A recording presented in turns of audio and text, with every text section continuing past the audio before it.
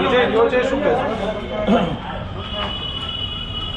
દેશ લેવલની સહકારી સંસ્થા રાસાયણિક ખાતર બનાવતી ટોચની સંસ્થા ઇફકોની અંદર મારો ભવ્ય વિજય થયો છે। સૌ પ્રથમ તો સહકારી ક્ષેત્રના આગેવાનો, આરજીબી મેમ્બર્સ અમારા અને લાખો ખેડૂત સભાસદોના ભરોસા જેવી સહકારી સંસ્થામાં મને સાથ અને સહકાર આપ્યો, સૌ લોકોનો આ તકે ખરા હૃદયપૂર્વક આભાર વ્યક્ત કરું છું। જયેશભાઈ, મેન્ડેટની જે વાત હતી, મેન્ડેટને લઈને જે વાત ચર્ચાઓ ચાલી રહી છે, શું કહેશો આને લઈને? આ ચૂંટણી એ દેશ લેવલની ચૂંટણી હતી।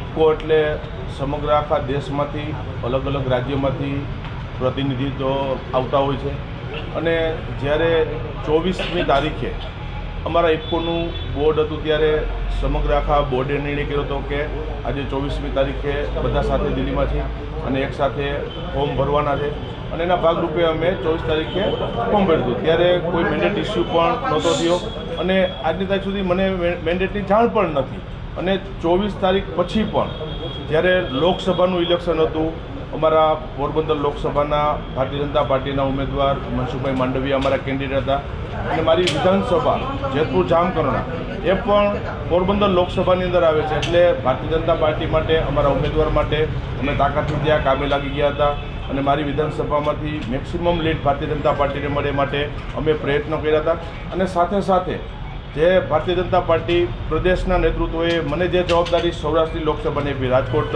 લોકસભા હોય, પોરબંદર લોકસભાના મારી વિધાનસભા સિવાયના વિસ્તાર, જૂનાગઢ લોકસભા અને જામનગર લોકસભા, ત્યાં મેં ભારતીય જનતા પાર્ટી માટે 7 તારીખ સુધી મેં પાર્ટી માટે કામ પણ કર્યું છે। જયેશભાઈ, જે રીતે બાબુ નસીદે અત્યારે પ્રેસ કોન્ફરન્સ કરી અને એને એવું કીધું કે મારી પર જે પગલાં લીધા, મેં અનાદર કર્યો હતો વીપનો, મારી ઉપર જે પગલાં લીધા એવા જ પગલાં અન્ય લોકો અથવા તો જયેશભાઈ પર લેવા છે।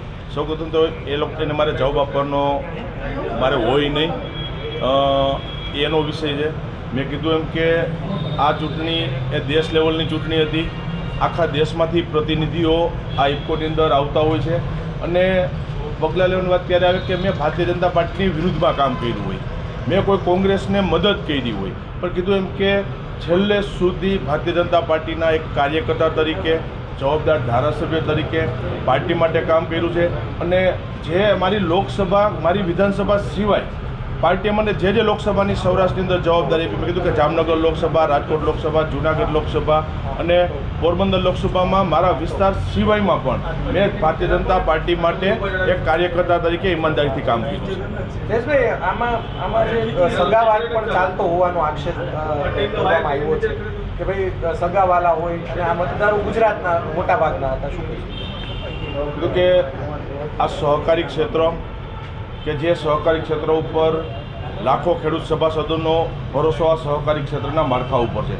મેં ભૂતકાળમાં પણ અનેક વખત કીધું છે કે રાજકોટ જિલ્લા સહકારી બેંક, રાજકોટ જિલ્લાનું સહકારી માળખું એ 2.5 લાખ ખેડૂત સભાસદોના ભરોસા ઉપર ચાલે છે।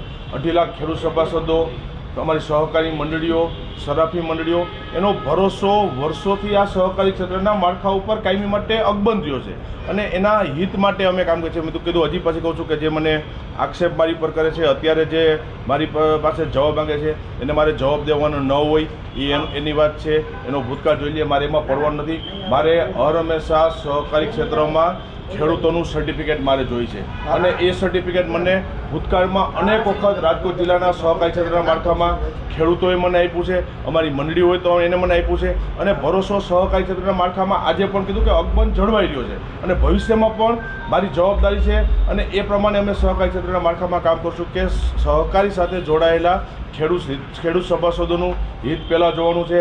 મારે આ લોકોને કીધું કે મારે જવાબ નથી આપવો, ખેડૂતોનું હિત જોઈશે અને ખેડૂતોનું હિત માટે આનો દિવસોમાં કામ કર્યું છે અને આજે આ ઇફકોની અંદર કીધું કે રાજ્યની અંદર, ગુજરાત રાજ્યમાં 180 મતદારો હતા, અલગ અલગ જિલ્લાઓમાંથી મતદારોએ ભરોસો મૂક્યો છે, એનું હિત અમારે જોવાનું છે અને એ પ્રમાણે અમે કામગીરી કરી રહ્યા દેશમાં જે રીતે દાવપેચ થયા છે, સામાજિક સંસ્થાઓ છે, એને દાવપેચ આ પ્રકારના કર્યા, શું કહેશો આને લઈને?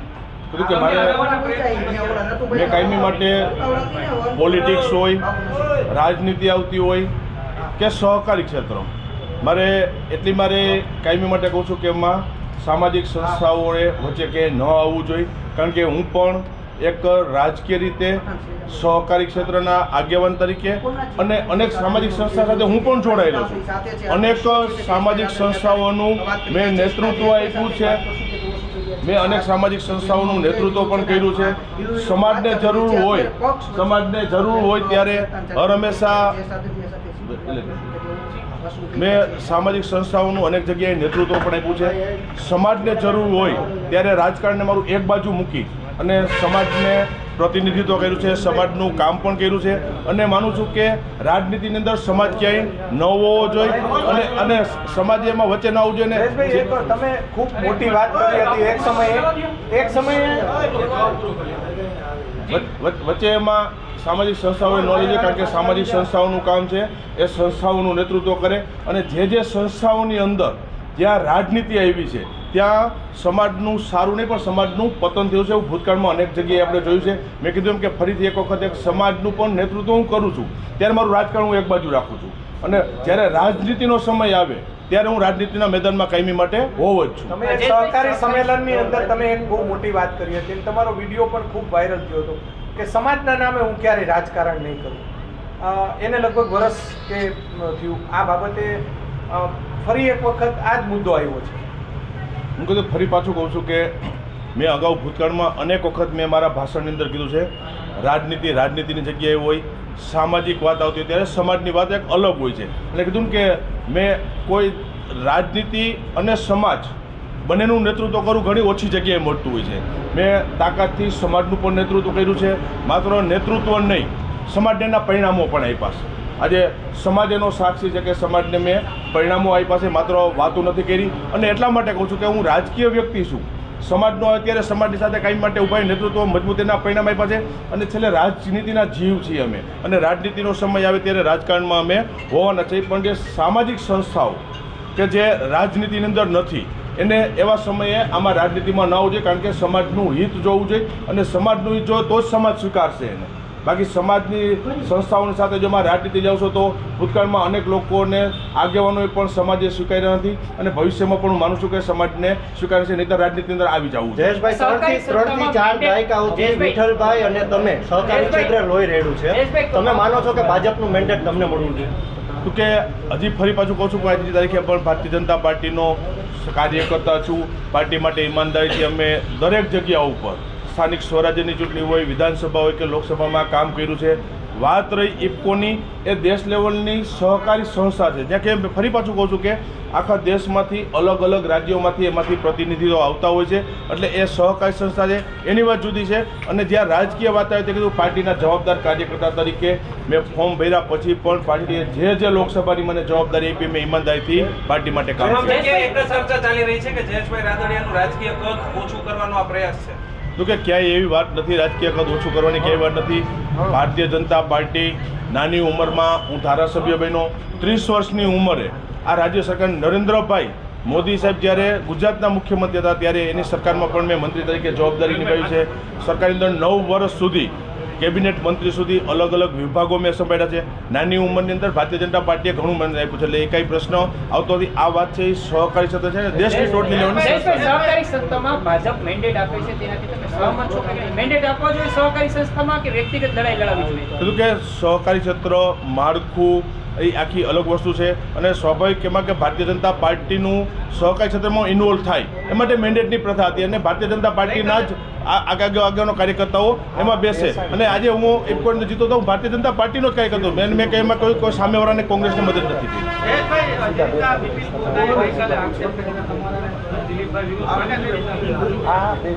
મને ખ્યાલ નથી શું આક્ષેપ કર્યો પણ કીધું કે દિલીપભાઈને એને ખાસ કીધું હતું કે એમણે જો ભાજપના કમળ સાથે વિજય મેળવ્યો ધારાસભામાં તો સારું હતું. આના પણ તમને અભિનંદન. એટલે કટાક્ષ કર્યો છે. દિલીપભાઈએ ભૂતકાળની અંદર અનેક વખત રાજ્ય સરકારમાં મંત્રી છે, વર્ષો સુધી સાંસદ પણ રહ્યા છે અને ભારતીય જનતા પાર્ટીનું પ્રતિનિધિત્વ દિલીપભાઈ કરેલું છે અને અમરેલીની સીટ પરથી અનેક વખત જીતા છે. જયેશભાઈ, ખાસ કરીને જે ખોડલધામ ટ્રસ્ટના નરેશભાઈ પટેલ છે એ પણ આંતરિક વિચાર કરેલો એવી એક વાત સામે આવી છે. તો આપણને લાગે છે કે આવું થતું હોય છે? કે એવું મારા ધ્યાનમાં ક્યાંય નથી, એટલે મને ખ્યાલ આ ઓડિયો જે વાયરલ થયો છે એને લઈને સામાજિક સંસ્થા ઇન્વોલ્વ થઈ છે અને ખાસ આપના વિરુદ્ધ જે મતદાન થાય અથવા તો સામેના ઉમેદવારને સપોર્ટ મળે એ રીતનો ઓડિયો વાયરલ થયો છે. એટલે ફરી કહું છું કે કઈ સંસ્થા કોને છે એ મને આખું ખ્યાલ નથી, પણ ફરી પાછું કહું છું કે સામાજિક સંસ્થાઓએ જે સમાજનું પ્રતિનિધિત્વ કરે છે, જે સમાજના સારા કામ માટે સંસ્થાઓ બને છે, એને રાજનીતિની અંદર દખલગીરી ન કરવી જોઈએ. રાજનીતિ અલગ વસ્તુ છે, સમાજ અલગ વસ્તુ છે. મેં ફરી પાછું હું એ કહેવા જઈ રહ્યો છું કે હું પણ એક સમાજના આગેવાન તરીકે સમાજનું પ્રતિનિધિત્વ મજબૂત રીતે કરું છું. સમાજને એના પરિણામ આપ્યા છે અને માત્ર વાત કરું એટલું નહીં, સમાજ એનો સાક્ષી છે કે સમયે સમયે જ્યારે જરૂર પડી ત્યારે સમાજની પડખે ઊભા રહ્યા છીએ, સમાજને એનું પ્રતિનિધિત્વ કર્યું છે, સમાજને એના પરિણામ આપ્યા છે. રાજનીતિ એ વસ્તુ અલગ છે, સમાજ વસ્તુ અલગ છે. એટલે હજી ફરી એવું કહું છું કે મને ખ્યાલ નથી કેવો ઓડિયો વાયરલ થયો છે, પણ સમાજના પ્રતિનિધિઓએ, સામાજિક સંસ્થાઓએ રાજનીતિમાં ન આવવું જોઈએ. રાજનીતિ હોય છે, અને બહુ એવી ઈચ્છા હોય તો રાજનીતિ અંદર આવી જવું જોઈએ. વોટબેર જીત થયો છે, આ જીતનો શ્રેય તમે કોને આપો છો? તો કે મારા લાખો ખેડૂત સભાસદોનો ભરોસો સહકારી માળખા ઉપર છે. વર્ષોથી અમને સાથ અને સહકાર આપ્યો છે. સહકારી ક્ષેત્રના મારા આગેવાનોએ ભરોસો મૂક્યો છે, અને આરજીબી મેમ્બર્સ અમારા કે જે મને મતદાનની અંદર મને સપોર્ટ આપ્યો છે, આ બધો શ્રેય આખો એમને સહકારી ક્ષેત્ર માળખાને છેલ્લે આ ખેડૂતોને એનો યશ આપું છું. જયેશભાઈ, જે રીતે સી.આર. પાટીલ છે તે સહકારી ક્ષેત્રમાં ભાજપ કોંગ્રેસની મિલીભગતનો જે આક્ષેપ કરી રહ્યા છે એટલા માટે મેન્ડેટ દાવો કરી રહ્યા છે, પણ તમે માનો છો કે સહકારી ક્ષેત્રને જે પ્યોર રાજકારણ એનાથી દૂર રાખવું જોઈએ? કીધું કે હું આજે ઇફકોમાં જીતીને આવ્યો, હું ભારતીય જનતા પાર્ટીનો જ કાર્યકર્તા છું. સામેવાળો કોંગ્રેસનો કોઈ જીતો હોય તો સ્વાભાવિક રીતે કહી શકીએ કે કોઈ કોંગ્રેસને આપણે મદદ કરી હોય. હું પણ ભારતીય જનતા પાર્ટીનો ધારાસભ્ય છું અને કાર્યકર્તા છું, એટલે ઇફકોની અંદર પણ ભાજપની જ જીત થઈ છે. જયેશભાઈ, એક મિનિટ.